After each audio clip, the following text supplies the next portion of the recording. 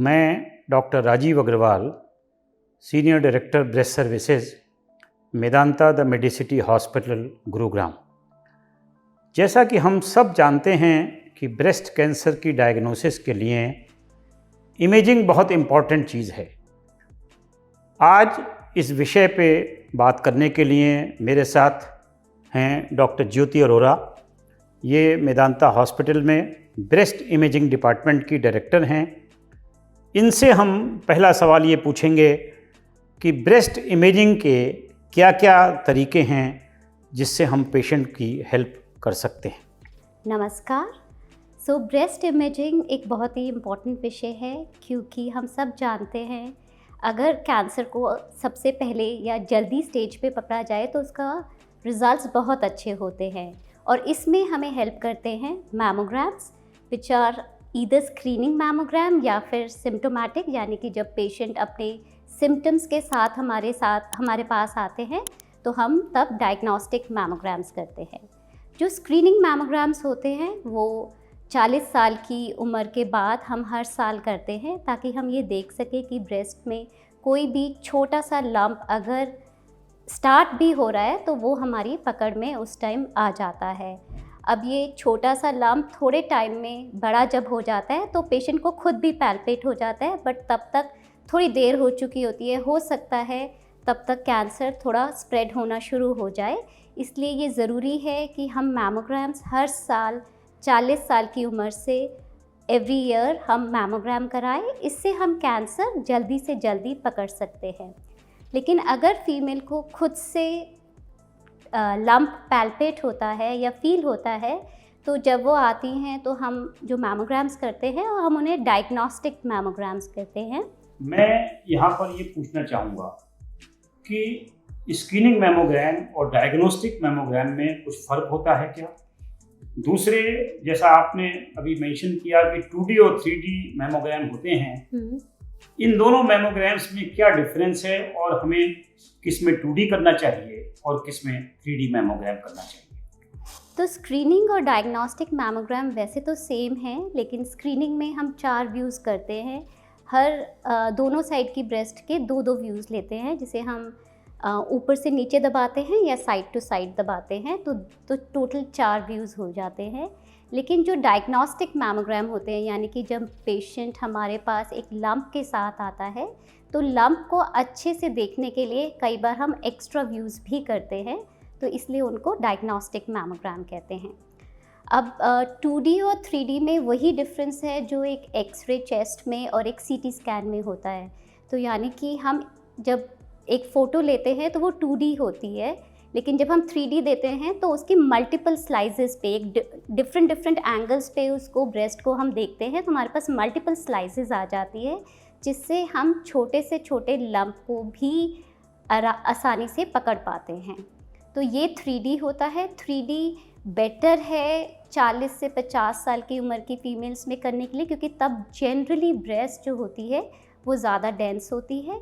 और जब पेशेंट हमारे पास लंप के साथ आता है तब भी हम 3D करना प्रेफर करते हैं, क्योंकि हमें तब ना सिर्फ लंप के बारे में पता चलता है, बट उसके आसपास के एरिया में कोई भी अगर छोटा सा और साथ में लंप है तो वो डिटेल्ड इन्फॉर्मेशन हमें मिल जाती है, और वो आगे सर्जरी करने के टाइम पे सर्जन्स को बहुत हेल्पफुल रहती है। तो डॉक्टर ज्योति, आपका ये कहना है कि 3D मैमोग्राम अगर आपके पास फैसिलिटी अवेलेबल है तो ये मरीज की डायग्नोस्टिक और उसके इवेल्युएशन में ज़्यादा हेल्प करता है। बिल्कुल। यहाँ पर मैं ये नेक्स्ट सवाल पूछना चाहूँगा कि लोगों में अक्सर ये धारणा है कि मैमोग्राम हर साल नहीं करना चाहिए, क्योंकि इसमें बहुत रेडिएशन इन्वॉल्व है। इस पर आपका क्या कमेंट है?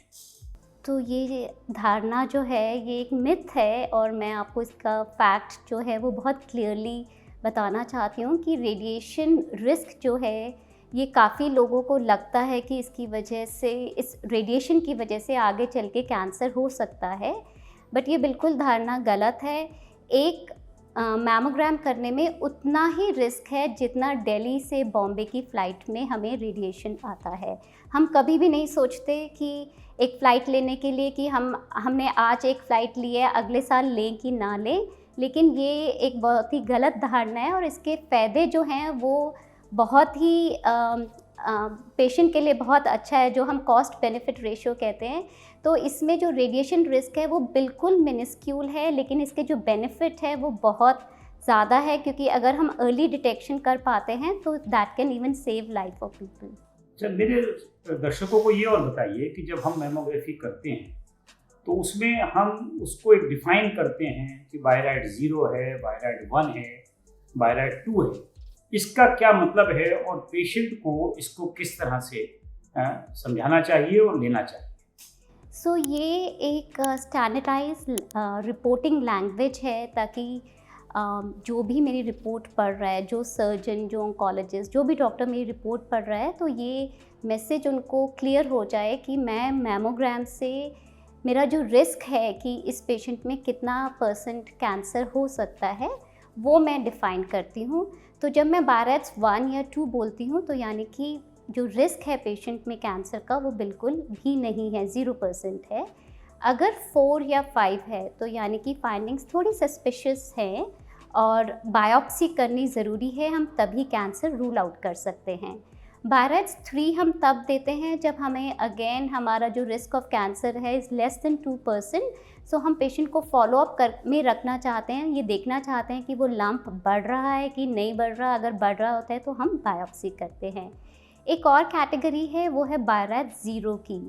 वो हम तब देते हैं जब हम मैमोग्राम के साथ अल्ट्रासाउंड नहीं कर पाते। तो ये 0 का मतलब है कि हमें और इन्वेस्टिगेशन की ज़रूरत है, हम तभी अपना बायराइड्स कैटेगरी दे पाएंगे। सो अगर 0 है तो उसको इग्नोर ना करें, जाके ज़रूर अल्ट्रासाउंड कराएं। अच्छा, ये बताइए कि अक्सर हम जब मैमोग्राम करते हैं उसके बाद हम चाहते हैं कि इस पेशेंट का अल्ट्रासाउंड भी करें। अल्ट्रासाउंड का ब्रेस्ट इमेजिंग में, ब्रेस्ट कैंसर की डायग्नोसिस में कितना रोल है, कितना महत्व है, ये आप हमारे दर्शकों को बताएं। Ultrasound is very very helpful, because mammogram पे हमें ये पता चलता है कि इस ब्रेस्ट में कुछ एबनॉर्मैलिटी है। अब वो एबनॉर्मैलिटी पानी की गांठ है या सॉलिड गांठ है, और अगर वो सॉलिड गांठ है तो वो ज़्यादा बिनाइन लग रही है, यानी नॉन कैंसरस लग रही है, या कैंसरस लग रही है, या इतनी सस्पिशियस है कि बायोप्सी करने की ज़रूरत है। वो सब इन्फॉर्मेशन हमको अल्ट्रासाउंड से ही मिलती है।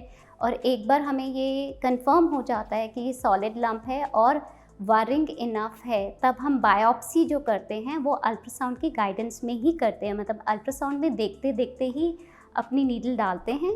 तो इसलिए ultrasound is must after the mammogram, but it is a complementary to mammogram, it does not replace mammogram. तो ये नहीं सोचना चाहिए कि मैमोग्राम के बाद तो मुझे अल्ट्रासाउंड की ज़रूरत पड़ ही सकती है तो मैं सीधा अल्ट्रासाउंड करा लूँ, क्योंकि ये 2 मोडालिटीज़ आपस में एक दूसरे को कॉम्प्लीमेंट करते हैं, एक दूसरे को ये रिप्लेस नहीं करते हैं। मेरा सवाल यहाँ ये है कि जैसा आपने बताया कि मैमोग्राम और अल्ट्रासाउंड कॉम्प्लीमेंट्री है, हाँ जी, they are not replacement to each other. हाँ जी। तो सपोज एक पेशेंट जो 40 से कम पे ब्रेस्ट लंप लेके आता है, या एक पेशेंट 40 से ऊपर ब्रेस्ट लंप लेके आता है, तो हमें कौन सा इन्वेस्टिगेशन पहले करना चाहिए और दूसरा इन्वेस्टिगेशन अगर ज़रूरत हो तब करना चाहिए? तो अगर पेशेंट 40 साल की कम उम्र का है और फील करने में हमें बिनाइन ही लग रहा है, तो हमारी फर्स्ट लाइन ऑफ इन्वेस्टिगेशन हमेशा अल्ट्रासाउंड रहती है। अगर अल्ट्रासाउंड पे हमें कुछ सस्पिशियस फाइंडिंग्स दिखती हैं, तब हम मैमोग्राम एडवाइस करते हैं। अदरवाइज़ मेजॉरिटी पेशेंट में अल्ट्रासाउंड इनफ रहता है। अगर हमें थोड़ा लंप ऐसा हल्का फुल्का सस्पिशियस लग भी रहा होता है तो हम बायोप्सी भी विदाउट मैमोग्राम कर लेते हैं। लेकिन अगर वो काफ़ी स्ट्रॉन्ग सस्पिशन है हमें कैंसर का, तो ही हम मैमोग्राम करते हैं। लेकिन 40 साल के बाद से बड़े एज के लोग अगर लंप के साथ आते हैं तो हम पहले मैमोग्राम करते हैं, उसके बाद हम अल्ट्रासाउंड करेंगे। मैसेज बहुत क्लियर होना चाहिए कि अगर 40 के बाद पेशेंट आता है तो पहला इन्वेस्टिगेशन मैमोग्राम होना चाहिए, क्योंकि हम अक्सर देखते हैं कि पेशेंट एक अल्ट्रासाउंड रिपोर्ट लेके आते हैं और वो समझते हैं कि ये मैमोग्राम हुआ है।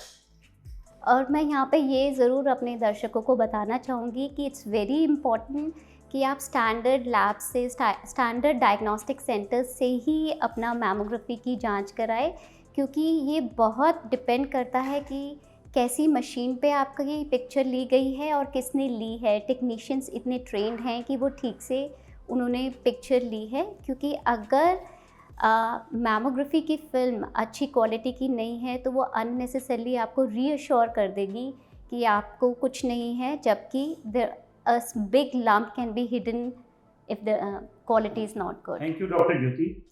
आज हमने मैमोग्राम और अल्ट्रासाउंड के बारे में कुछ बेसिक जानकारियां ली हैं।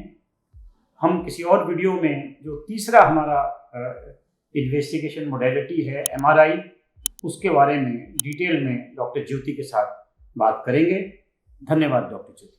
Thank you. नमस्कार। धन्यवाद।